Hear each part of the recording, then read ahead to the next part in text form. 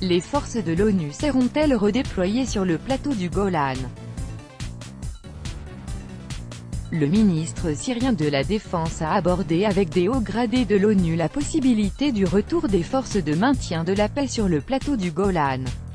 Lors d'une réunion entre le ministre syrien de la Défense Ali Abdallah Ayoub et une délégation du commandement des forces de l'ONU, les deux parties ont discuté, entre autres, le retour des soldats de maintien de la paix sur le plateau du Golan, apprend-on d'un communiqué diffusé par le ministère.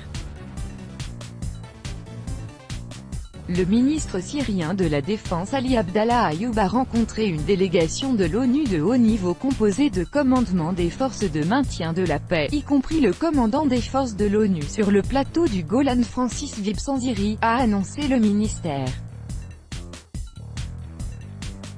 Et d'ajouter, au cours de la réunion, les parties ont discuté le mécanisme de coordination entre le gouvernement syrien et le commandement des forces de l'ONU sur le redéploiement des forces de l'ONU dans la zone de désengagement et tout le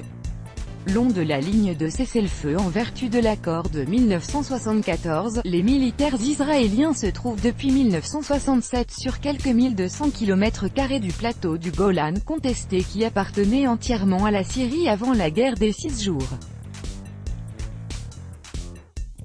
En 1981, le Parlement israélien a adopté la loi sur les hauteurs du Golan, proclamant unilatéralement la souveraineté de l'État hébreu sur ce territoire.